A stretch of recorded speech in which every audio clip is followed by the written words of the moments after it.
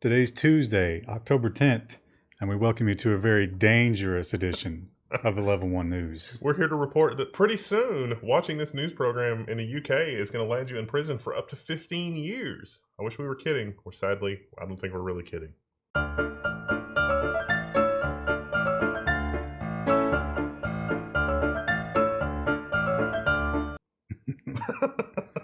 Okay, we're kidding maybe a little bit, but you'll be suitably horrified when we get to that story. But who decides? That's the question. And I think the answer is the UK government. So we've shat on them quite a bit. I imagine they don't like us. Follow-ups for this week. Equifax is back in the news. This time not for a data breach. They've been awarded a contract by the IRS to help keep people's data safe, I guess. The IRS has been awarded a multi-million-dollar fraud prevention contract. I mean, the Equifax has been awarded a multi-million-dollar prevention contract from the IRS. Like, I don't even, but I can't, I'm going to have an aneurysm if I think about this very much longer. That's $7.25 million. And this was a no bid contract. So it's not like they were like, let's look what everybody has to offer and find the best suited for this, which may not be the one that just lost everybody's records, but rather it was Equifax will get this business. This is already, there is no decision to be made here. I mean, I get that Equifax is basically a conglomerate at this point, but it seems like maybe it could have been bid between one of the other two credit unions. Aren't there three? There's three total. I thought there were four total. Well, the fourth one is just for e-checks, and checks are on their way out, so nobody counts that one. They just assume that it's dead, and it's always in the background going, I'm not dead yet. I don't want to go on the cart. Oh, maybe this could be a new business for them. But yeah, so when you file your taxes this year, just feel safe knowing that Equifax will have access to all those records. I can't even keep a straight face describing it. They're going to protect your identity. You know what else is really surprising? Well, actually, we're using Firefox Quantum this week because it's really awesome. But hurry before it's gone. There's an ad that's trying to load here. There's just lots and lots of white space, and it's just very slowly pushing the page down. So this is a special report. You know, there's going to be a lot of news about Russia and Kaspersky and examining stuff, and we need to cover a few stories, and then we need to pose a quandary, if you will. So this is a special report. HP Enterprise, who makes HP's a computer company for the enterprise, and so that's the enterprise division. They make servers and software, all kinds of fun stuff. Well, it turns out they let Russian authorities scrutinize the same cyber defense system that's used by the Pentagon because HP was trying to sell said system to Russia. Now, this is not uncommon. I mean, normally, if you want to do business with a country, it's not weird for them to be like, okay, let us look at the source code, because it works both ways. HP is an American company. So, but it's a little bit weird because Russia might be spying on us and we might be spying on them. Actually, we are definitely spying on them and they're definitely spying on us. And so it's sort of like, hey, that new lock that you're selling, I need to be able to disassemble it and study it. And it just happens to be the locks on all of your doors as well. Meanwhile, this is causing government officials to freak out, but I really don't get why, because China looked at Apple's stuff. Remember, we freaked out on this very same news program about China and Apple looking at, sort of their software, and it's like, hey, the general public doesn't have access to Apple source code. The people in the Chinese intelligence agencies may be able to find flaws in Apple's system that will allow them to, surreptitiously take over the update system or deploy malware, or could weaponize stingrays even more than they already are. I mean, there's all kinds of options, and yet there was no lawmaker freak out during that episode, at least not much. I think the word Russia might have something to do with it, because we do like to freak out about the Russians. You'd like to say they're the new boogeyman, but we've just circled back to them. It's like for a while, the Middle East was the boogeyman, but that's played out. That's played out because everyone realized they don't have computers. So it's back to Russia. So the Kaspersky follow-up, this story just gets weirder and weirder. So, I mean, we couldn't summarize it here. This reads like a really bad film noir, like detective noir novel. It's not even really a film. But there's a lot of editorializing going on in that novel and not a lot of facts. Nobody put any kind of plan together. Like, if you put a screenplay together with this, it would at least have to make some sense. So the idea here is, of course, we constantly report on antivirus stuff having flaws in it, having holes in it, and people find those flaws and they use them. A And they definition-based antivirus in 2017? What could possibly go wrong? So it turns out that someone, a Russian, found such a flaw in Kaspersky. Now, there is no evidence that it was given to them. It's just a flaw, like all antivirus programs have. And they got a hold of some NSA files. What's important here is they got a hold of those NSA files because they were where they shouldn't be. Turns out a contractor took some files home and was working on them on his home computer. Now, from the time this happened, the NSA had a general order not to use Kaspersky software on any of their machines, any of their internal machines, but it was okay to use the software on your home computer. I guess the presumption there was that you weren't taking your work home with you. So these wily Russians, they knew somehow that this person would exfiltrate these files when he should not have. I don't know if it's a he or she. I shouldn't presume gender. And then they were waiting and colluding with Kaspersky for this very thing to happen. It's so unlikely. The deeper the rabbit hole goes on this, the more interesting it gets. I mean, maybe there was something going on there, but it sounds like, Kaspersky's story here is like, wait a minute, our analytics engine, like we recognize that antivirus stuff is definition based. And so anything remotely suspicious on your computer, we upload to our servers so that we can examine, which is plausible. I mean, that is a plausible story. I mean, even if Kaspersky were just another wing of, MI6 or the Russians intelligence agency or the NSA or whatever, a plausible explanation is that the antivirus software is looking at malicious files or potentially malicious files on your computer, and they get uploaded. If you read the terms of service, doesn't matter if it's Kaspersky, Norton, Microsoft's anti-malware, you better believe that crap's being submitted to the cloud, which is maybe why intelligence agencies don't want to run that stuff in the first place. And I think there's a fair amount of projecting going on here because it's like, well, the NSA definitely makes copies of everything we find in our antivirus people we're colluding with. So the Russians are doing the same. It just makes sense. And maybe they're right. Yeah, the projection aspect of the story is really the terrifying one because they're like, well, here's what Russia is doing. And it's like, wow, that's really well thought out. Is that what we're doing? Because if that's what we're doing, that's really scary. I'm sure we're doing it. I'm as sure as the guy that wrote this article is sure that Kaspersky is. In other words, I have no evidence. Publishers are taking ResearchGate to court alleging massive copyright infringement. Now, this is not the same story that we've reported on a couple of times before, but we're including it because we sort of want to point out that we predicted this would be a slippery slope. So this is actually just a social site for people that have access in general to those copyrighted works that are behind a paywall. And so this publishing outfit is saying, no, people are sharing on your platform specific papers that belong to us. And so this social platform has told the publishers, okay, just send us DMCA takedown notices for the specific things and we'll comply. But that's not good enough. Now, we do have a story about the other one, and I should have put it before this one, but I didn't. Because there's a follow-up on, what was the name of the other one? We'll find out later. Yeah. But yeah, this is simply file sharing, and they say it's too much to ask that they individually identify each infringement. It must be done on a wider level. Now, they have kind of a little consortium here of all these publishing places, and they got together and they were like, listen, send us a proposal on what you're going to do better. And this site was sort of like, whatever, go jump in a river. DMCA takedown notices are good enough for us to have safe harbor. So two of those companies from that consortium decided to sue them individually and for a lot of money. It's going to be a developing story. We're going to see how it plays out. The problem here is that the original story where you had like flagrant violation of copyright and then they won because somebody ignored them, that has started us down a path of like find the most egregious abuse and then win and then use that as a wedge to drive a crack here, because this network, the social network of researchers talking and doing stuff and sharing data, seems like a good thing in terms of scientists sharing their work and working toward a common goal without really necessarily the noise of the public. There's a lot of armchair experts out there that want to weigh in on stuff, us included. And comment section. Yeah, I mean, it makes sense that this would work the way that it does. And is it contrary to copyright law?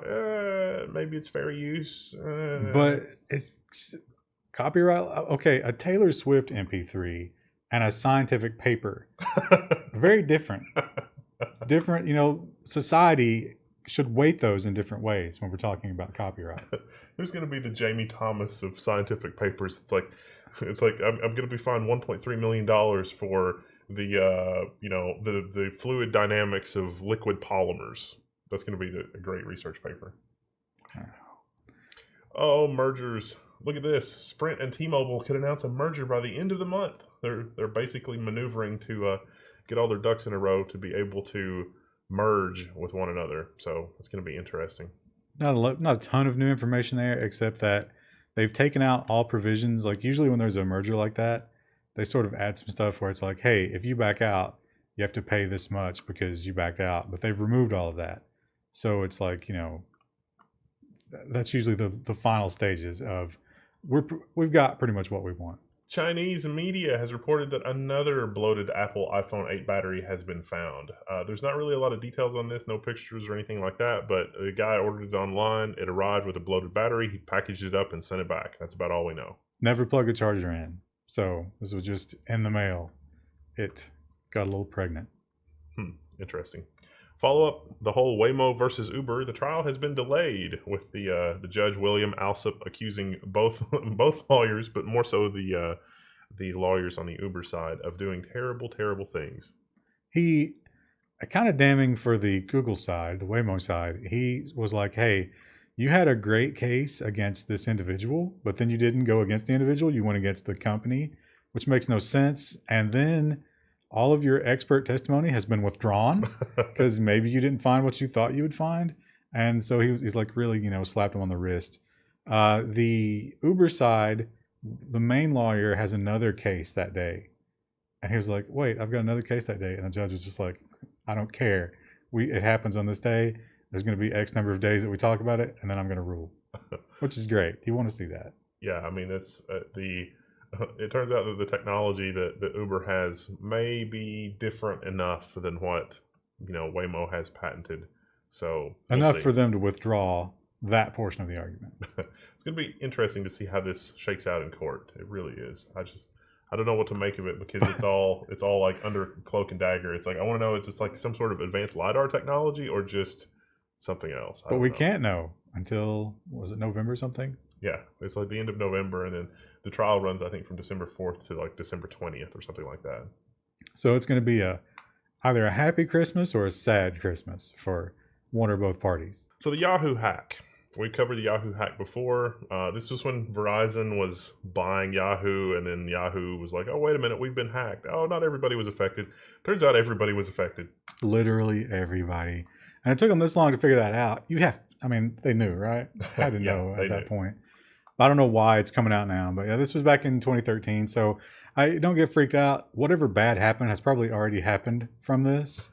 But if you didn't change your Yahoo password, it's too late. It's too late. It's just funny that it was like, well, not everybody. And now just years later, they're like, okay, it was everybody. Sci-Hub. That was the name of the place we were trying to remember earlier. So a judge has recommended the blocking of the Sci-Hub in the U.S. website. This is the outfit that was just flagrantly publishing scientific papers for which they did not own the copyright, even though most of the papers were published with public dollars. And huge amounts of money have been, they've been settled against with this company. It's like, yeah, you must pay millions of dollars. And they're just like, whatever, don't care what you say. I don't think they're in the U.S., right? But the thing about it is, this judge is agreeing that these things should be, or this site should be blocked on the domain level, which is terrifying, but also at the ISP level. So it will now be considered, like almost a terrorist site. You can't even see it. Neat. And this is a United States judge, by the way. This is the case is here. So the long arm of the U.S. will reach everywhere. That's going to be a common theme in this episode as well. It's like, it doesn't matter you've never been to the U.S. The U.S. laws still apply somehow, because that's a thing. I don't know. Equifax. So the Equifax CEO testified before Congress this past week, and long story short, a single contractor is responsible one employee is responsible for the whole breach. One person not doing their job led to a lack of patchification on whatever server it was that was running Rails or Tomcat or whatever it was they were running. It was Apache Struts. Struts. Well, there you go. One person. Clearly, it is not a systemic failure. Clearly, it is entirely those IT nerds. I don't even know what's going on. We give them free reign, and this is what happens. Now, they did do security audits after this patch, which you would assume would catch the lack of the patch, but they never did. There was green lights across the board until something bad happened. Yeah, something very bad. Neat. So Equifax, they collect your data and then sell it. So this is an article that's come out sort of in parallel, and it's like, okay, well, let's see where does the money that Equifax makes come from, and the answer is your data. So there's not really a lot that's changed, except now that your data is on the internet for free as opposed to being behind a paywall. I mean, really, that's what this is saying. Now, hang on a minute.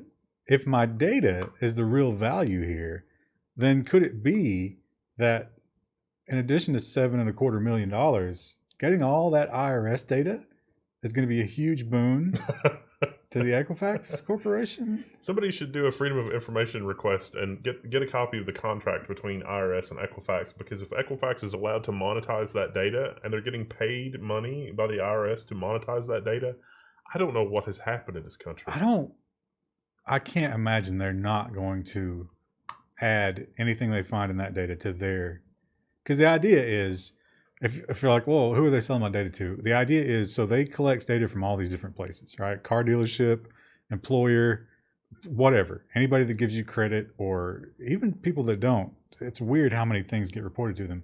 And then they create this, I hit my microphone.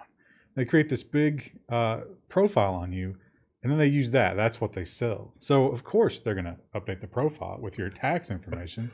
We can't use your data from the IRS, but what we can do is take your data from the IRS, send it through an algorithm that changes the data, materially and fundamentally alters the data, and then assigns it to your global consumer profile, which we are then free to monetize. We're going to convert it all into Pig Latin. Put that in your credit score. No, we can't use it as is, but Rot 13, Pig Latin, those are completely fine. We can just, append your data that way, and it's totally okay. And you got to remember, there's nothing you can do to escape this. You could not pay your taxes, but then people with guns will come to your home. So. Yeah. They also took the time to, it's like, oh, by the way, Congress, while we're having our chat here, it turns out we've had about 2.5 million more U.S. Consumers than we thought were affected by this. I mean, we're pretty jaded when we're like, well, another 2.5 million. That's kind of a drop in the bucket. I can't get too excited about it. Okay, bad Equifax. And then, just smack them with the newspaper. But what are you going to do at this point? You're going to have to fire that one guy. The one guy. You're going to have to fire him extra? Give him a call later. It's like, hey, Bob, you know how we fired you? Well, you're double extra fired. No Christmas bonus. No. Like, oh. Well, Kim Dotcom is back in the news. The Supreme Court in the U.S. will not hear his civil forfeiture case. This case is really kind of interesting. Kim Dotcom has never been to U.S., but U.S. authorities have worked with New Zealand and Hong Kong banks and financial securities organizations and things like that to seize most of his assets, everything that they could get their hands on, because they say that he's a criminal and he's been running a criminal enterprise, but he has not been convicted as such. He has just been labeled as such by the federal authorities, and so it seems as though the ball is now in international courts' hands. But the Supreme Court is not going to hear this case about a non-citizen never setting foot in the U.S. losing their assets, even assets outside the U.S. And that's not, if you're thinking, well, they took his international bank accounts, right? No, they stormed his home and stole things, took things, physical things that are now property. So it's like they called up New Zealand and they're like, hey, bro, would you go and violate this guy's rights for us? Because we don't like him. And we should also mention that he never uploaded any copyright material. He simply hosted the website where it's like the science paper site. They're not actually uploading anything. They just have the server, and other individuals are doing that. And they also complied with DMCA takedowns, and I'm sure that they were aware that copyrighted material was being hosted there, and doing stuff to make money and that kind of thing. But I don't know. It's a complicated case. connected to the Kim Dotcom thing, New Zealand court also ruled in the last month or so that Kim Dotcom had been spied upon illegally or spied upon inconsistent with the laws of New Zealand. So the information that they collected against him may not have even been collected legally under New Zealand law. So this story has a lot of twists and turns. And that was also done in conjunction with the NSA or whoever, CIA, whoever was doing it. So again, it's a bad look for New Zealand because they're basically just the U.S.'s bitch in this whole scenario. It's like, God, grow some balls, man. Like every time they get that phone call, they're like, oh, you want us to go grab him and extradite him? You got it. Oh, you want us to take his cars and his mansion while we're there? No problem. No problem, U.S. We love you. That's kind of things are messed up at home too. It's like we always talk about the FCC and all this kind of stuff. So the comment period is over with the whole broadband net neutrality. Is there enough competition for ISPs? And of course, the FCC, led by Ajit Pai, is cherry picking data. And so there are lots of interesting articles coming out. There's an article here on DSL Reports, but there are dozens of articles like this around the web. And the most amazing thing from the report that the FCC is producing is that they're saying that these markets are competitive because there is a potential duopoly in some places. And it's like, wait, what does that mean? That means that there's a monopoly, but if some company were interested, there could be a duopoly there. So like there's a cable company that provides internet access, but the phone company doesn't provide internet access. But the phone company could provide internet access if they would. Therefore, that area has sufficient competition to say that the broadband market in America is competitive. And it's like, wow, the mental gymnastics I just went through, I could get a gold medal for. Now, this is about business internet, this particular article. Of course, it's pretty much parallel to the other, but actually, there's a lot fewer selections, believe it or not, in the business world. Sometimes you only have one choice, and you need more bandwidth, so you're going to pay more, obviously, as a business customer. And sometimes a lot more. You've only got one choice. It is a lot more. Now, Tom Wheeler, who, hey, he had a change of heart. We don't know. He was a horrible man. There's no getting around it. But now, looking back, based on what we've got now, it's like, oh, Tom, if only we could have you back. We didn't appreciate you, Tom. He had started to sort of move toward fixing this, and Pi has dismantled it. I just like that they're like, no, look, America is competitive. We can cherry pick all this data. And it's like, wait, aren't businesses being gouged for internet access? And, isn't this, municipal and state laws against competition? And you can't just have a small city put it together and do some stuff. We've seen some really horrible things in Tennessee, for example, because in Tennessee, they got tired of it. And so it's like, we're going to run gigabit everywhere. And so the state basically said, we need you guys to stop rolling that out because this is too effective, because this is basically a non-profit that's just not American. That's not capitalistic. I'm really oversimplifying. It's going to make a lot of people angry, but they're trying to turn the broadband situation in America to what it is in Australia, and it's just, we can't have that in the worst possible way. I think it's coming, whether we like it or not. So here's the thing where it's like this there's bad things happening in the UK. Britain has announced 15 years in prison as a possibility for reading banned literature. Well, this may be a little bit of an incendiary title from private internet access. They kind of got some skin in this game. We do have a private internet access affiliate code. If you're going to run out and sign up for a VPN, be sure to use our private internet access affiliate code, which we hopefully remember to link in the description. It's not actually books. It's just online videos. But what separates a book from an online video? Like, why is one more protected than the other? That's a very good question. That's why they made that headline. Perhaps we can find a slightly less incendiary version of the article, but yeah, it's like the Home Secretary gets to decide what is terrorist material or not, or I can't imagine that this would work out really well. Now they have said, because the obvious problems, they just jump out and slap you in the face. It's like, wait a minute. I can go to jail for 15 years just for looking at something. What if it's an accident? And they're like, oh, well, if it was an accident, then you don't have to worry about it. Well, who is going to admit that it wasn't an accident? That makes no sense. It's like, oh, yeah, those 15 ISIS videos I watched and posted comments on, that was an accident. There's also an exception for journalists, but not really. You can't. This is just, no, come on, guys. And researchers. Isn't everybody a researcher? If they're researching something, what qualifies you as a researcher? It's ridiculous.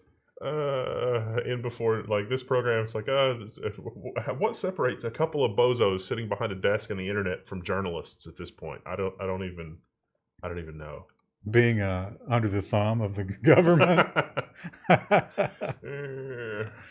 In a bit of good news for people in the UK, the Consumer Protection Organization there, I guess, is looking at people that have broadband contracts. So let's say that you've signed up for an ISP, and the ISP is consistently not delivering the speeds that were advertised in the contract. That's grounds for getting out of your contract. At least that's what they're angling for in the UK, and I think that's a good thing. So a lot of advertising, and we've talked about this, the New York Attorney General keeps suing ISPs over this. When they advertise up to, and sometimes they don't, up to doesn't get in there. Like the marketing team's like, well, this up to line, let's get rid of that. Let's just say it's this speed, even though it's up to this speed. But he wants minimum of, or whatever OF something or other. The OFC, OFCom. OFCom. They want, minimum of rather than up to in the advertising. So you must advertise only your minimum and not the cherry picked peak maximum. This is actually kind of a change for the UK because things have not really been like in the UK. You may have an apartment building or something like that, and there may be construction fees, and so they'll say, well, we want a 6-month or a 1-year contract in order to do stuff. But if the service they deliver is flaky or doesn't live up as advertised, you're basically stuck with that service for the term of the contract, as long as it's at least kind of working. This would change that, which I think is probably a good thing for consumers. Yeah, so you can get the right plan, and those ISIS videos will be buttery smooth right before you go to prison for 15 years for watching them.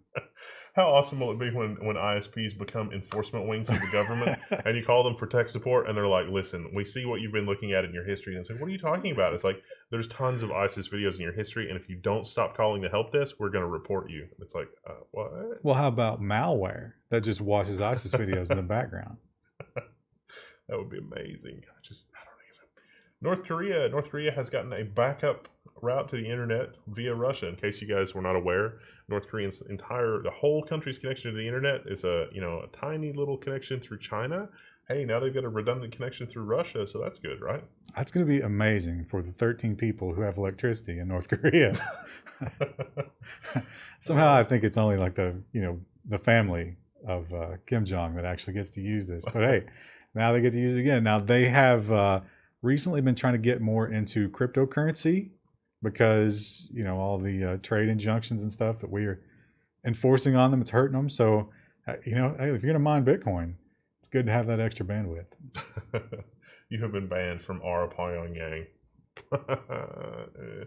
Well, we reported on this AI babysitter thing, and so Mattel has canceled it. It's just completely. It's the Project Aristotle, I think, is what it was called, and it was going to be a babysitter to deal with your kids, and I think it was deal with your kids all the way up through like preteen, help them with homework and stuff like that. After the public has looked at this and been horrified, and Mattel has canceled the project. It was going to talk to them when they woke up at night and started crying, to try to hush them back to sleep. Going to teach them their ABCs. It was going to, like you say, help them with their homework. It was basically going to be a little AI companion. And people have argued that even that tablets and phones are too much to give to a child of that age. Like it's too much information, too much dependence on technology, and so this would just be another step. So if you've dreamed of a robot raising your children, so you don't have to deal with it. Yeah, the watchdog groups, they're not going to let that happen. You have to do it in secret. Well, there's been another big hack. Have you used a website that uses Disqus for its comments engine? This is typically like only the big media companies, but millions upon millions of customers. Well, Disqus has confirmed that their comments system has been hacked, and they're sending out password reset emails to users whose passwords were exposed.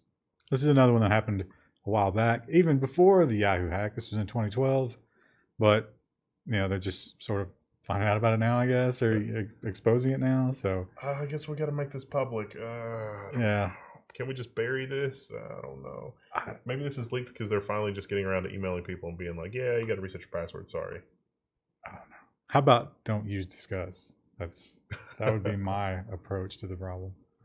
We've got a story from the Register. Yes, the Register is a terrible, awful rag, isn't it? Is it? I don't know. I don't know if it is or not. Well, it's another incendiary story. I mean, there's a few nuggets of fact on it here. Probably could have found a different one, but with the I didn't find much on the USA Liberty Act outside of this. Yeah, I googled this and there was nothing. So yeah, so this is a renewal of the Foreign Intelligence Surveillance Act, FISA, and that's the court that brings us all of the all of the stories about this parallel court system collecting data. Secret court. Yeah, it's like you can't talk about national security letters or anything like that.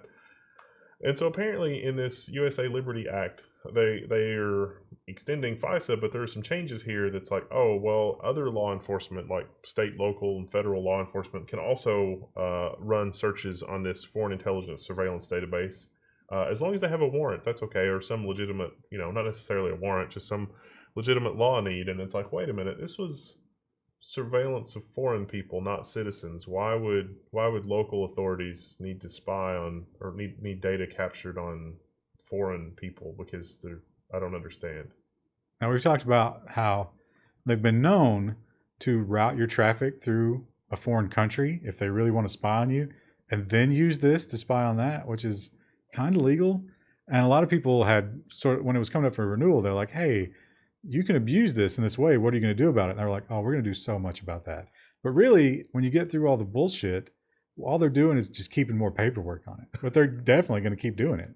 So, I think they specifically changed the wording this time around to actually make it worse. Like if you look at the stuff that they changed, it seems to be that yes, data collected, on through this system on citizens can be used by other law enforcement agencies and things like that. So why would this not be used for literally everything? It was vague before, and now it's not quite so vague. It's like, oh yes, we're going to do this. Well, we called it the Liberty Act, right? So everybody can get behind it. Nobody's going to read this or understand what it does. I mean, we've seen that the people in power generally have no care to try to read and understand what's going on. Otherwise, they would be horrified by the obviously terrible things going on, like the whole FCC thing. But it's not even partisanship. I don't know. I give up. It's terrible. Switching gears a little bit, VG has exposed the largest child sexual abuse forum, and it was run by police. Now, we've reported on some bits and pieces of this. This is an insanely long read, but it's worth a read. Apparently, the police have taken over this, and they ran it for like a year, which is why we're reporting on it, because that seems a little excessive. They also posted child pornography themselves. Now, what happened is there were two sites that this guy ran, and they ended up arresting him and getting control of the sites. But rather than take them down, they took them over, and they moved them to Australia because I wasn't aware of this, but the Australians are like the best at catching child pornographers. They have a natural, that's like their racial bonus. It's catching child pornographers. So, good job. But see, the problem is they kept it running, and they were surveilling these two guys. And part of the reason they kept it running is because they wanted to catch them. So they're like, hey, it's okay. It's okay that we continue this horrible dark web pornography site if we can just catch these two guys. So they knew that one was in Canada, one was in the United States, and they knew that every once in a while, one or the other would cross the border. And they're like, next time that happens, we're going to surveil them. We're going to see what they're up to. So they did that, and they waited, and they kept the site open. And then that happened, and they had like a border screen, and they found one guy crossed. And it's like, well, should we arrest him? No, let's see where this goes. Well, where it went was the filming of both of them raping a child and then posting it on the site. So, this is like they could have stopped that. They could have easily stopped it. So it's like the whole, do you throw the train track to kill the one person instead of the 100 people? Do you stop the little girl's rape to, catch more pedophiles? I don't think that was probably not the right choice. I was also horrified by the VG journal, like the reaction. So like the journalist talks about how they were able to figure out the IP address. So they went to the hosting company and they talked to the hosting company, and they were like, here's all the stuff that we did. Here's what it is. We figured out the IP address not because we did anything crazy. We just figured out there's a place in the site where it's leaking its IP address. And so the IP address pointed back to you guys. the people that were hosting it were like, yeah, we'll help you figure this out, but we get that you don't want to tip off the site operators because you want to go to the authorities and figure it out. So when the people hosting the website looked it up, they were like, oh crap, this is the police account. The police are renting the server from us. They did not tell us what they were doing with this. We had no idea. OMG. And so when the journalists confronted the policemen in Australia, their reaction was, well, you obviously figured this out by hacking, which is illegal. We're allowed to hack. You're not allowed to hack. So you're going to jail. And it's just like, wow, really? Wow. I mean, it's like the pot calling the kettle black, but one of those was just merely the color of iron, and the other one was like Vanta black, or possibly the collapsed heart of a neutron star black. And then they did eventually cooperate, but on the grounds that this they've had this story for a year. They're just releasing it. So, not only did they keep doing it, but they stopped the press from running with it so they could continue hosting this porn server. I don't know if they got, this is such a long article. I'm going to be honest with you. I bailed about 75% in. I don't know if they got anything out of it, but I don't think they got much of value in terms of like keeping it going for a year. He might have gotten a couple of extra arrests, but scary. Well, switching gears to printers on the internet, it goes without saying, don't put your printer on the internet. Hundreds of thousands of printers are on the internet, and they've been co-opted by criminals, so that's a lot of fun. You got a Brother laser printer, not just Brother, a lot of brands. Basically, just don't put your printer on the internet. I mean, that's kind of a thing. The Brother printers, so it's pretty common to come with a default admin password, right? Brother printers come with default no password, admin password. And you can flash the firmware from the no password admin account through the internet.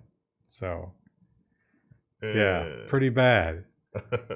It's actually getting to be a lot worse because a lot of these printers understand IPv6, and a lot of ISPs will give you internet routable IPv6 addresses and not configure the router to do any kind of filtering or firewall for those IPv6 addresses. The effect is that all of your devices are basically on the public internet with public routable IP addresses.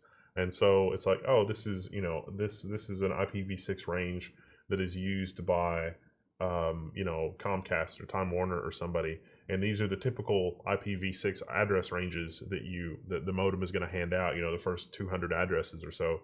It actually is surprisingly easy to scan for those and find them because they're not randomized, they're not randomly assigned. So this is going to be an increasingly, like in the past, it's like, oh, it's behind a NAT firewall, we can count on that, so we don't need to do anything. No, they're going to have to make the software a little bit more secure than that by default. It's kind of a problem. So, you lost your social security number, right? I mean, at this point, who hasn't? What percentage of the population do you think still has a secure social security number? 0.3%. Probably. And they're living in caves somewhere in the woods. So the Trump administration is looking at a way to alleviate that. What can we use instead of social security numbers? Now, they're light on details. They haven't really offered us anything. But they're saying maybe it's going to be something like a private public key, let's say like with an encryption thing. That's how you're going to identify yourself when you're trying to get a loan or, identify yourself to the SEC or whatever, all the various things you have to do online. We're going to give you a smart card from birth, and if you lose it, God help you. But if we did public-private key, what percentage of the population do you think understands that? 0.03%. It's like you think about an old lady and you give her 200-digit strings, and it's like, okay, now you give this one out, but never give this one out, and she's just like, what? So this thing is related to that thing. I don't understand. I think it'll be a challenge, but it probably is something we need to do. It's something we needed to do in like 1983. Yeah. So. Yeah, it's like, I guess you reap what you sow.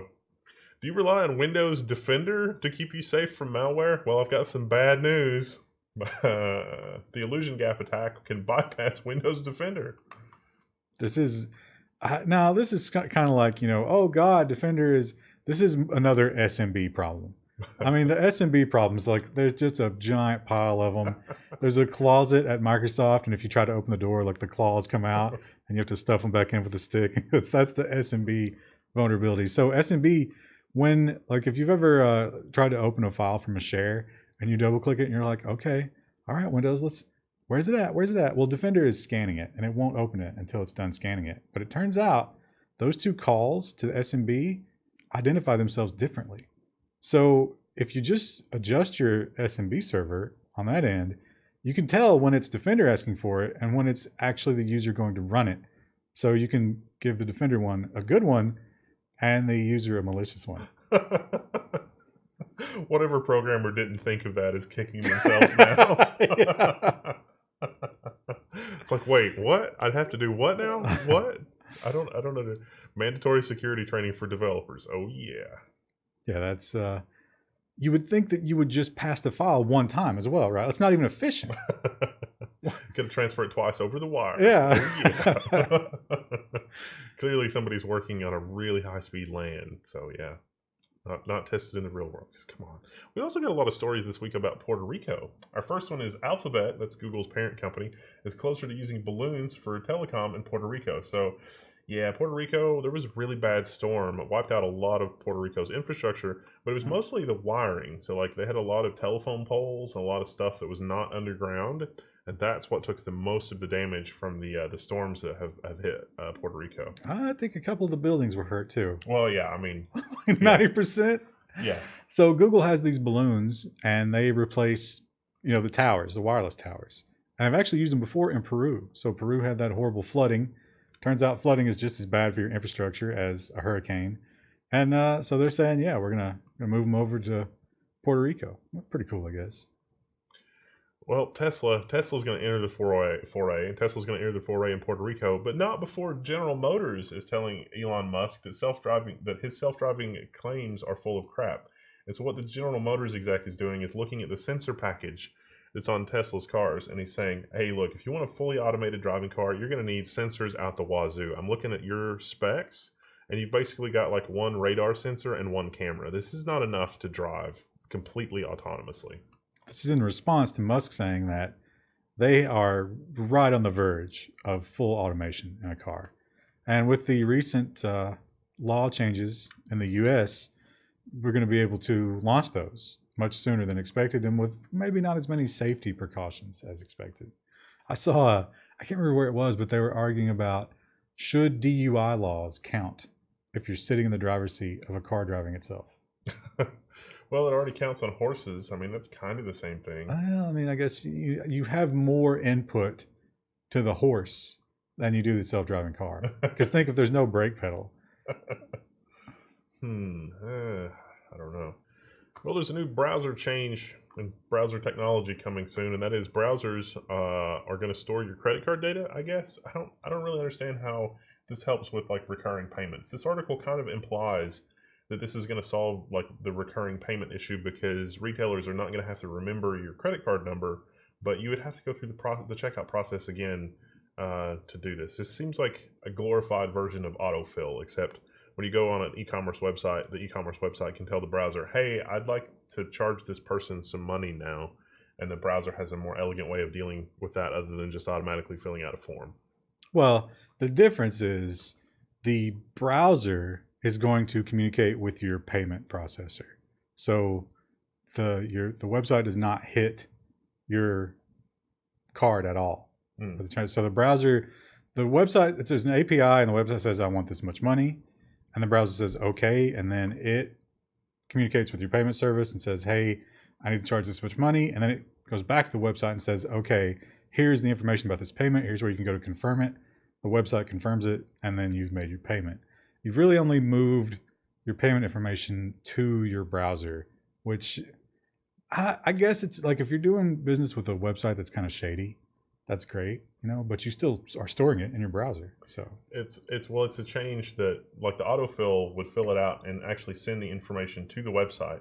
Although there are some implementations of authorize.net that look like you're sending it to the website, but you never actually send it to the website. You actually send it to authorize.net, but some JavaScript magic is what makes that happen. This is a little more secure because if the form you're filling out in the retailer is compromised, you could accidentally submit your details without intending to, or the details are submitted to the retailer instantaneously and they're discarded immediately as soon as the transaction is complete. This is more like the retailer gets a token, I guess, from the payment server that's like, hey, this person has indeed paid. Here's the receipt for it. Right. The browser gives it and then it confirms it. Now, the thing that makes this appealing for the website developer is that PCI compliance goes away on the server end, which is great not to have to deal with that. Oh, the chaos of PCI compliance. But now this is a W3C standard that's being proposed. Unlike some of the more recent changes, everybody seems on board with it, except, oddly enough, PayPal not a big fan. Not sure why. PayPal makes a lot of money from those buy now buttons, which the buy now buttons with PayPal work in a very similar fashion in that the website that's actually getting the payment doesn't ever handle your PayPal details. So that may be why. This is kind of like PayPal in the browser, basically. It's neat. Level 1's going to have to join the W3C and correct it from the inside. We'll be right there with Brian Lundu. I don't know. We'll see. Amazon is headed for the prescription drug market, analysts say. So this is going to be really super disruptive if this happens. I imagine that like Walmart and Walgreens and all those people are going to lose their mind. Now, I didn't know if you could get prescription drugs in the mail, but apparently they've already partnered with some pharmacies to do this kind of thing. I don't know if it's like really through the mail or if it, like a local truck brings it to you or whatever. Now, of course, when you're in a pill country, as we are, pharmacy delivery is huge. That is a huge business. All the pharmacies around here deliver. I imagine that's everywhere in the U.S. But if Amazon gets in on that game, that's gonna. They showed the stock tickers for CVS and Walgreens. Not a good day for them after this was announced. Sorry. They interviewed those guys and it's like, well, we offer a lot of extra value and you should. It's like, no, dude, you're in trouble. You do not want Amazon to be doing this. Well, we mentioned that Puerto Rico was struggling to recover after the after the storms. There's actually a lot of non-technology. It's really a fascinating and interesting story, not on the technology side, just from the economic side of it. But Elon Musk is saying that Tesla can rebuild Puerto Rico's power grid with batteries and solar. And so this is a really great feel-good story that talks all about all the kind of stuff that's going on with Tesla and solar and power walls. And I don't remember if this story mentions that the Model 3 is sort of in production hell and the Model 3 is not. Oddly really. enough, it was not mentioned. Now, the weird thing here, so it seems like solar is way more prevalent in Puerto Rico, which makes sense, because it's sunny a lot and the grid is probably not quite as reliable as it is here on the mainland. But so they're shipping these power walls, and the power wall is like a wall that is a battery. You plug it into your existing solar panels. The problem is, as you often see after huge, horrible things, natural disasters, a power wall installation in like Seattle will cost you $800. Right now in Puerto Rico, $12,000. Wow. Yeah. So only the people that have, that just seems, but see, there was like, again, not the technology side of it, but the president of Puerto Rico, or was it, I think it was the president of Puerto Rico. I don't know if that's the right title. The leader of Puerto Rico was saying that we're getting all these really sharky offers from Wall Street, but financially, Puerto Rico's not in great shape either. I mean, they owe almost as much as their GDP, so they're going to run out of cash. Yeah. So that's a big deal. And this is, by the way, this is not Tesla saying it's $12,000. So Tesla just ships them down there. Someone has to install them locally, and I think you have to be certified somehow. So that's who's charging the $12,000 on top of the price of the wall. It's also a fairly short term. Like, you should have a solar production facility, and then you can have a power wall, localized power walls, but you still need a grid for the distribution of electricity. And as bad as the storms were in Puerto Rico, the power generation facilities in Puerto Rico were basically spared. What was destroyed is the grid. And so the power walls don't really help with reconstruction of the grid. The power walls help maybe shore up some places where the grid could be built out more, or places where there's not enough delivery to a local area where you can build up a charge overnight and then slowly bleed off the batteries during the day when you've got excessive charge. But when there is a complete lack of grid, I don't see it. Good chance to make it better though, make it stormproof. It'll be interesting to see how this plays out, and to see if the value of the infrastructure is realized. We're going to need a lot of trucks and a lot of spools of copper and a lot of investment around repairing that infrastructure. And I haven't seen really anybody step up and say, okay, we've got a plan for doing this. That might be a job, at the federal level. I mean, the National Guard and things like that historically have done that in the mainland, but I haven't seen any evidence of that happening. Well, you're going to have to issue a bond to pay for it. And when you're at record debt levels, that becomes expensive. Yeah, they were already, I think, at junk status before the storm damage. So kind of problematic. Sorry, Puerto Rico. Trump made a tweet and he was like, we're going to have to wipe this debt. And so the bond market, that's out. You can trade that. And everybody sold immediately. They were like, oh my God, these are going to be worthless. Let me just get anything I can now from it. So if you got a president who's threatening to wipe out debt, but you're trying to issue a bond, it's not the best situation. Oh, that's a little problematic. Amazon is testing its own delivery service to rival FedEx and UPS. So yeah, Amazon is everywhere. They're getting tired of paying the delivery fees, I guess. They're going to roll out their own. This was another situation where they were talking to the CEOs of FedEx and UPS, and they were like, no, we offer a lot of added value. It's just like the pharmacies. And it's like, no, you're done, bro. If they start delivering their own crap, you are in trouble. I think they're 10% of UPS's total business worldwide. Wow. So that'd be a bad day for UPS. Real bad day.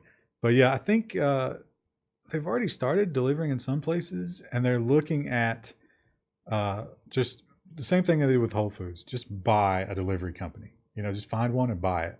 And it's like, okay, now we have the licenses and whatever we need, and we'll just start expanding from there.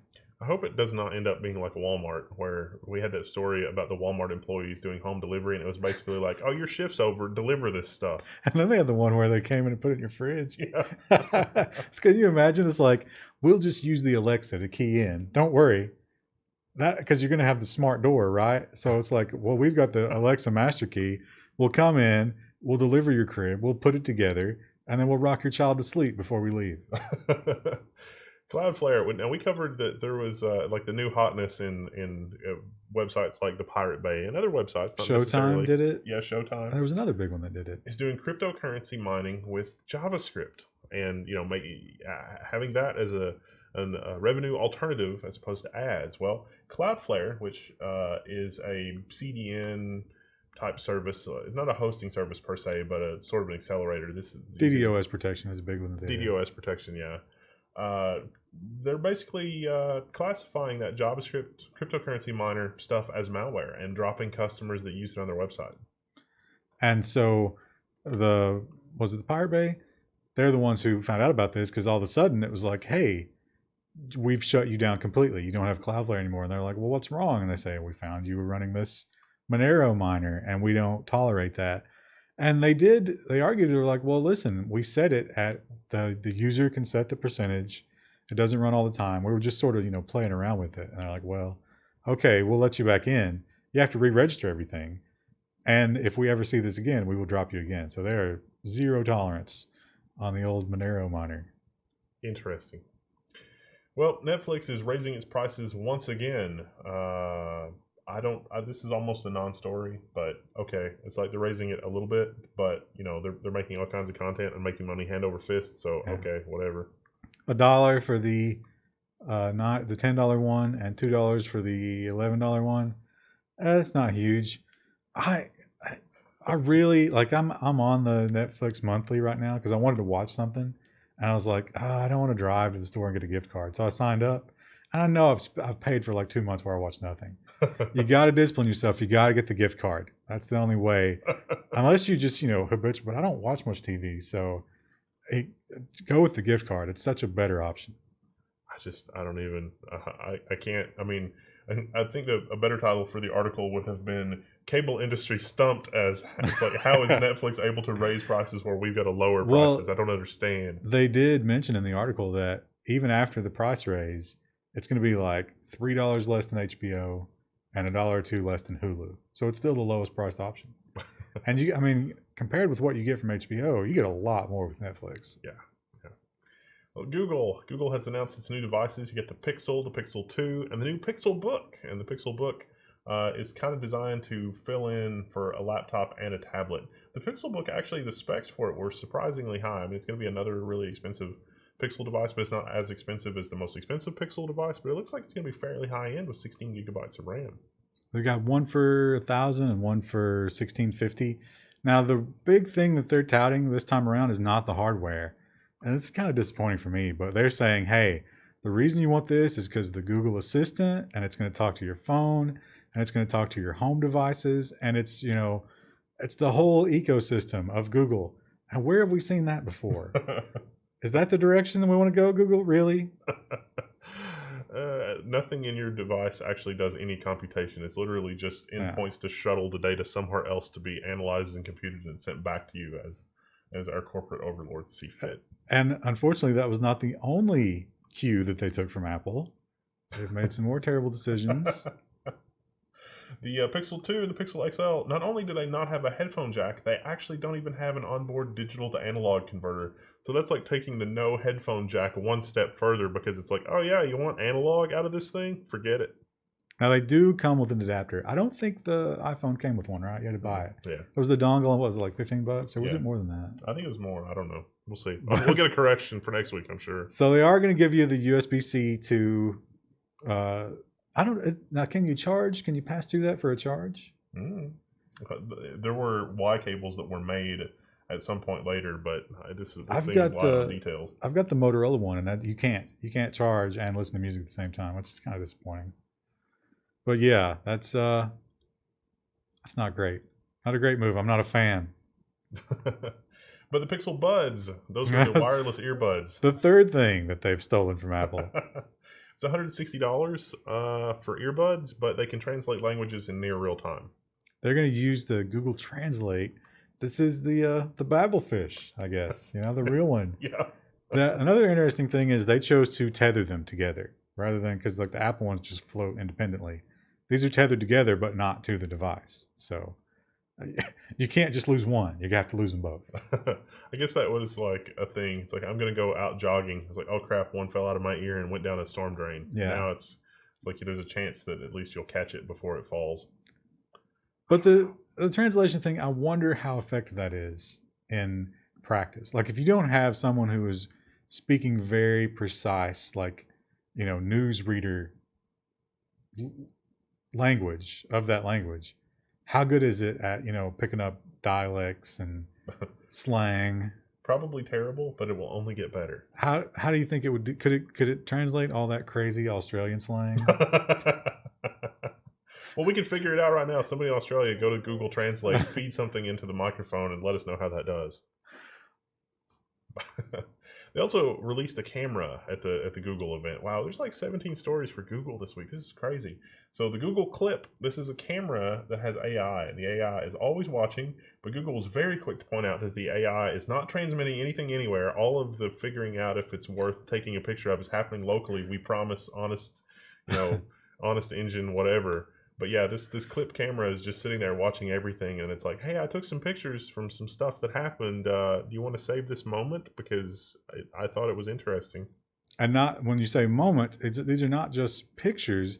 These are short videos with no sound. Short moving pictures, I guess you would say. So and this thing doesn't have a lens. It does have a button, a shutter button, but they added that after the focus groups complained.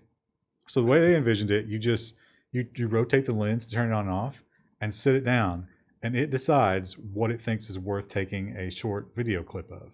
And it just sits there and does that all day long. Okay.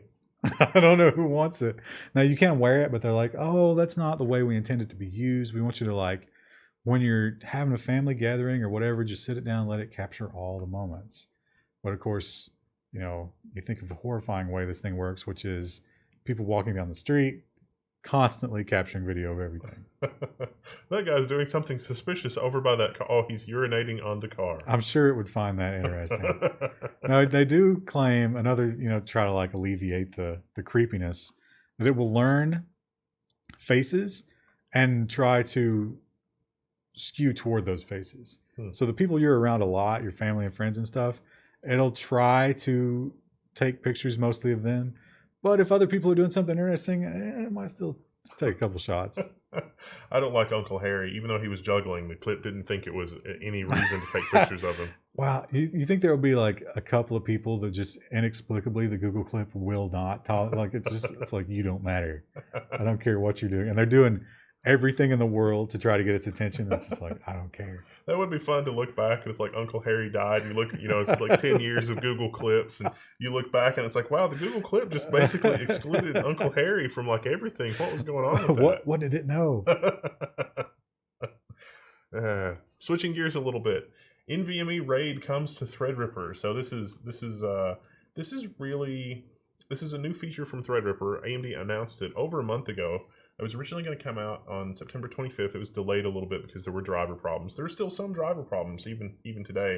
If you have a pre-existing SATA RAID, these drivers will clobber it. There's no migration process, so you'll have to like back up your data, reconfigure your RAID, and then bring your data over, which is a little disappointing. The drivers are also, we're going to do a video on it. The drivers also by default are not really very secure, so we're going to do a video on like how to have complicated drivers from a software architecture standpoint. But the interesting thing about this is that like the Threadripper platform, NVMe RAID, all the NVMe PCI Express lanes go through the CPU. On Z370 and X299, all the M.2 lanes go through the PCH, which is a total amount of bandwidth of about PCI Express 3.0 by 4. So Threadripper is the only platform you can do NVMe RAID on that will not bottleneck out of the box. Now on X299, Asus and some others have some add-in cards that will give you, by 8 or by 16 worth of M.2 slots on an expansion card, not built into the motherboard. Those won't bottleneck because it uses CPU RAID. But yeah, this is Ryzen just does it out of the box. So neat, and it is bootable, so you can boot off the NVMe RAID, and it's pretty cool. And the webpage is messed up because of Firefox Quantum, so we can all point and laugh. I think they had 6 in this article, and it was 32 gigabytes per second. Yeah, sounds about right. Yeah. So it's just, I don't know. We did a setup with OCZ RD400 NVMe. We did 3 of them, and it was clearing 6 gigabytes per second, which is, that's almost perfect scaling for 3 RD400s. So you should be able to get your Fallout 4 load times to under 5 minutes with this. The crazy thing is that a lot of game load times, like once you've entered NVMe territory, even just a gigabyte or 2 a second, even those games where it's like it's loading and it's not really doing a lot of CPU, it's not really doing a lot of disk activity either. It's like, what in the hell is it doing? I don't know. That part's a little disappointing just because it's like, I want games to load faster. And it's like, well, marginally faster, but not dramatically faster. Well, that didn't take long. How does the old saying go? It's like first they ignore you, then they fight you, then something, then you win. I can't remember. I can't remember how that goes. It might be more like the 7 stages of grief. And this is acceptance. Goldman Sachs has announced that it is flirting with Bitcoin trading. What? Now, Goldman Sachs and JP Morgan are kind of like, there's more of them, but those are sort of like, the fangs of tyranny here in the United States, if you're not aware. There comes the YouTube demonetization. Hope we get some more patrons this week. But Jamie Dimon of JP Morgan publicly has trashed Bitcoin and actually doubled down. First he said if he found any of his traders trading Bitcoin, he would fire them for being stupid. And people were like, hey, you can't say that. And he just came back and he was like, I did say it and I'll say it again. It's stupid. Well, Goldman Sachs, they taking a different approach. They're looking at the growth from $100 to $5,000, and they're saying, well, we could get a piece of that maybe. I checked it this morning, $4,400. So it's picked up $100 since last week. Well, it's pretty amazing considering it's quote unquote shut down in China. Yeah, and Korea. Wow. Sorry. Well, Korea did the ICO thing. Yeah, I guess you could still mine Bitcoin. You just can't trade it for currency. Which, I guess, if you're a wealthy person and you're trying to get value out of China and you can't trade it in China, does that really matter? Because it's like, I'm going to retire to America. I can just take my Bitcoin with me when I go from China to America, and it doesn't matter that I couldn't convert it to local currency in China. I guess that's okay. It's more resilient than anybody expected it. So far, see, I keep thinking like, the one time I buy the dip, it's going to be like, oh, wait, it's dead. But it seems like a great investing opportunity. It's like, oh, horrible Bitcoin headline, just buy. Buy with both hands, mortgage your house, get as much as you can, and because it's going to go back up every time. Switching gears a little bit, Google has scrapped a controversial plan that gave free access to paywalled articles through search. So basically those stories that we mentioned earlier, Google saw those stories that we talked about, like the free access to scientific papers and things like that, and they were like, this is probably not going to go well. Gotta get in front of this.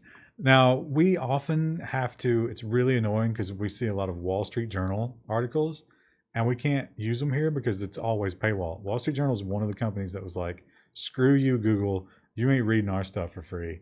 Get yourself a subscription and don't show it to anybody.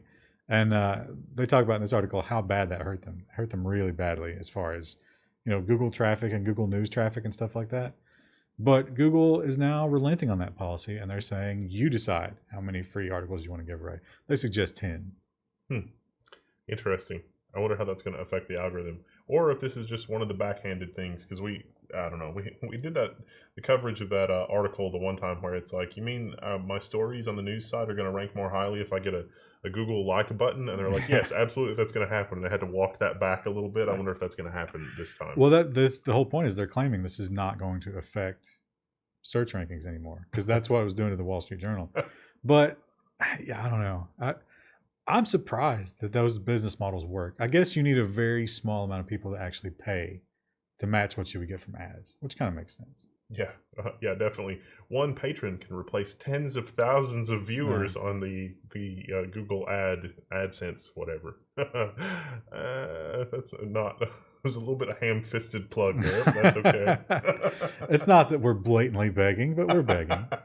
Yeah. There's now last week we missed an incredible opportunity. We talked about the cocaine bagging robot, and neither one of us thought of calling it Baggy. Someone in the comments was like, you should call it Baggy. And it's like, oh man, that's brilliant. That's totally what we should call the cocaine. Well, Baggy's a good name because it doesn't restrict, because there's a lot of powder-based drugs, right? You got meth is crystals, but that's basically the same thing. And then you've got powdered crystals, heroin, right? What are some other powder-based drugs? Angel dust.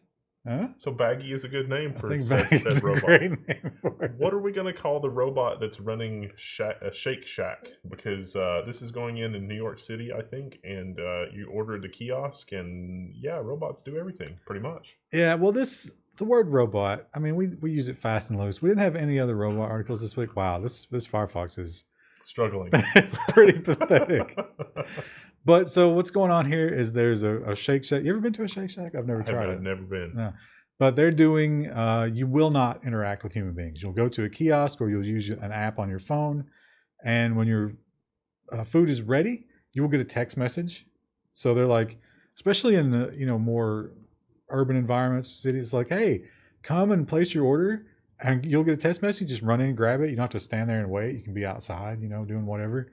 And so I don't know if there's any robots per se, but the whole thing is the only humans are going to be, what do they call them? Like, it was like genius or, one of those stupid names that you give a very mediocre employee. But they're going to be there to help you when you inevitably can't understand the kiosk or the app. That's all they do. And then the people in the back are cooking the food. But when it comes out the little window, you don't have to interact with them. I just had a vision of a dystopian future where homeless people, in order to get food, go into the Shake Shack and show people. And it's like you have to show 5 people that don't know how to use the kiosk how to use a kiosk, and then you get a free value meal. That's a big scam in prison, because prisons have all gone to kiosk ordering for the commissary. Like it works the same way. You go in and you punch in your secret number that they give you, and then you order off of your account. And when you first go into prison, like the OGs will come and they'll be like, hey, bro, let me show you how this works. Then they memorize your number and steal all your stuff. So be careful about that. After you've watched this in the UK and you go into prison, I assume they use the same system, right? For your 15-year term, remember not to fall for that. Vice President Pence has vowed that the U.S. astronauts will return to the moon. So yeah, I had no idea what to make of this other than just like a head scratcher. Like looking at this, like we've got robots running restaurants in New York City, and we're gonna go back to the moon. Yeah, I think I don't know. I guess they're getting tired of like everybody else talking about going to Mars. That's like, damn it, we've got to do something. Let's just go back to the moon. Now, do you think the moon deniers? Do you think this will silence them? No. No chance. No. What could we do while we're on the moon to silence the moon deniers?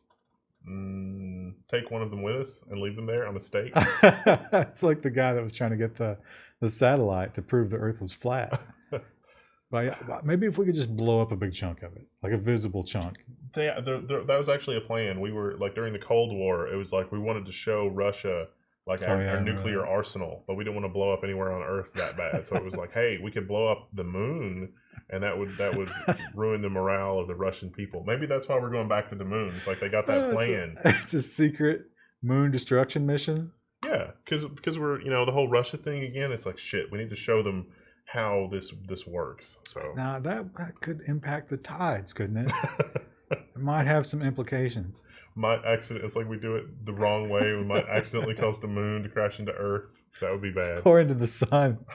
Very slowly, the moon is escaping, and a few more million years or 100,000 years or some period of time, the moon will escape Earth. So orbit. Maybe we should make the explosion on the far side push it back in a little bit. Well, yeah, if you get that wrong, though, I mean, goodbye planet. It's worth the risk. That's worse than a relativistic kill vehicle. I mean, that's just bad. So, imagine if the Trump administration destroyed the Earth, like literally destroyed. I think the level of smugness from Stephen Colbert would kill us all before the moon got here. Suspected dark web drug kingpin arrested after traveling to the U.S. for World Beer Championships. You got to scroll down. You got to see him. See this magnificent. Oh, come on, Firefox. No, we need to see this image. It was a competition for beers 31 to 45 centimeters. So and this guy's beard was magnificent. Now, the surprising thing about this was not like he got his ticket and then was on the radar for coming to the U.S. This was one of those border searches where you just show up and they're like, we're going to search all your stuff, and they searched his laptop and found Bitcoin and Tor and all sorts of fun stuff. And arrested him. He was cashing out of Bitcoin without mixing his coins. So they quickly, through the blockchain, followed it back to like an actual account with his name and everything registered to it. It's like, come on, bro. His he had a great, again, stupid Firefox. His nickname was like Oxytron or Oxy King or something like that. Oxy Monster. Oxy Monster. Yeah. Oxy Monster. He was selling a little Oxycontin to the people of Europe. Now, if you guys are used to this show freaking you out about stuff, you're going to want to sit down for this one. AOL Instant Messenger is being shut down for good, for real this time, extra for real in December. Yeah, AOL Instant Messenger, the thing that we all sent instant messages on for the last 20 years. Yeah, it's done. 1997 is when it came about. So made it for 20 whole years. There was ICQ. I remember people using ICQ, and I was using Unix Talk, and I was like, I don't understand why this ICQ thing is such a big deal. You can just use Talk and it's fine. Well, because the ICQ had the just find somebody random button. Oh yeah, and then you could just start chatting because that was a thing. That was like the earliest iteration of the webcam sex bots. Physicists have found that we are not living in a computer simulation. This was fascinating. They were basically looking at what is happening on a quantum scale. I wish we could read it, but Firefox. Stupid. This is not a good advertisement for Firefox Quantum. I wonder if somebody like Firefox Quantum otherwise is a really amazing browser. You guys should check it out. But yeah, it's really struggling with the professional level of tabs that we've got here. Yeah, we decided to give it the trial by fire. Can it handle? Because Chrome can barely handle the number of tabs we use for the news. It's like, well, this is supposed to be 30% faster than Chrome, right? And it has failed spectacularly. I don't care. Like, there should be a flag that's like, I don't care. It's like, I will put another 8 gigabytes of memory in this thing to deal with this number of tabs. It's cool. I need my infos. But yeah, we also don't have one tab for for Firefox, so we got to figure that out. We'll probably have to manually key those in. I don't know. The links we go to, Level 1 Patreon. Yeah, so there's some details in this about how it was an exponential growth per electron is what they got to. So yeah. you cannot simulate. I don't remember exactly what it was. It was some kind of weird physics anomaly for certain metals or something. Now you could simulate the scientist that has discovered this. Probably a little easier than the phenomenon itself. Oh, how many levels? How deep does this rabbit hole go? Are you saying that this is the Matrix convincing us that that's like the worst thing the devil ever did was convince you that he doesn't exist? The scientist's name was literally Agent Smith. Well, you wasted another perfectly good hour. Oh, more than an hour this week. Jeez. There's a lot of edits in there because good old Firefox. Oh, and it's warning us. It's like, hey, this web page is slowing down your browser. You wouldn't say Firefox Quantum. Oh no! It's really interesting how it's failing because it's loading like half a line of text. Ooh, it's trying. That is further than because when Chrome gets into this state, it just can't load the tab at all. It just sits there and pouts. I wonder if that would lead to a homicidal Mr. Meeseeks if you called forth a Mr. Meeseeks to make a browser that was not a horrible pile of trash when you had a lot of tabs open. Well, he would just add a blocker for all the horrible tracking scripts that are the cause of this in the first place. Yeah, it is funny. If you use an ad blocker, then this problem doesn't exist. I don't know. Well, big thanks to our patrons. If you're thinking about joining the Level 1 Patreon, there's never been a better time. Or you can buy a t-shirt at the Level 1 store. We've got these lovely teabag keycaps. I don't know, a lot of interesting content coming out. We've got our roundup of Coffee Lake motherboards because Coffee Lake just launched. And we've also got a video coming out on the Coffee Lake platform. But 2017 really has been the year of hardware. So we've got some footage and some coverage coming up where it's like now you've got the full library of hardware that there's going to be basically for the next 5 years, depending on what you want to do, what kind of system you want to build. I don't know. It's a really fun time. It's a really fun year for hardware. Although, my goodness, the hardware videos, it's been nuts. Not the most fun year for Intel. Not the most fun year for Intel. Quite far from the most. I mean, harshly, Coffee Lake is like, look, we managed to cram what we did in socket X79 into socket 1151 5 years later. It's like, kind of not untrue. 5 gigahertz, but it's not bad. It's just... No, it's a pretty good value if you ignore that elephant that's in the room. Well, see you next time, everybody. See ya.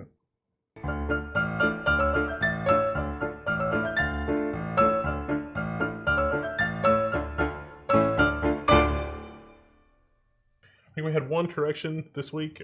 In passing, we talked about states' rights in the Constitution, and I think we got the amendment wrong for which constitutional amendment determines states' rights. So seems kind of pedantic and only tangentially related to our stuff, so this correction is kind of pedantic and tangentially related to what we actually need to correct.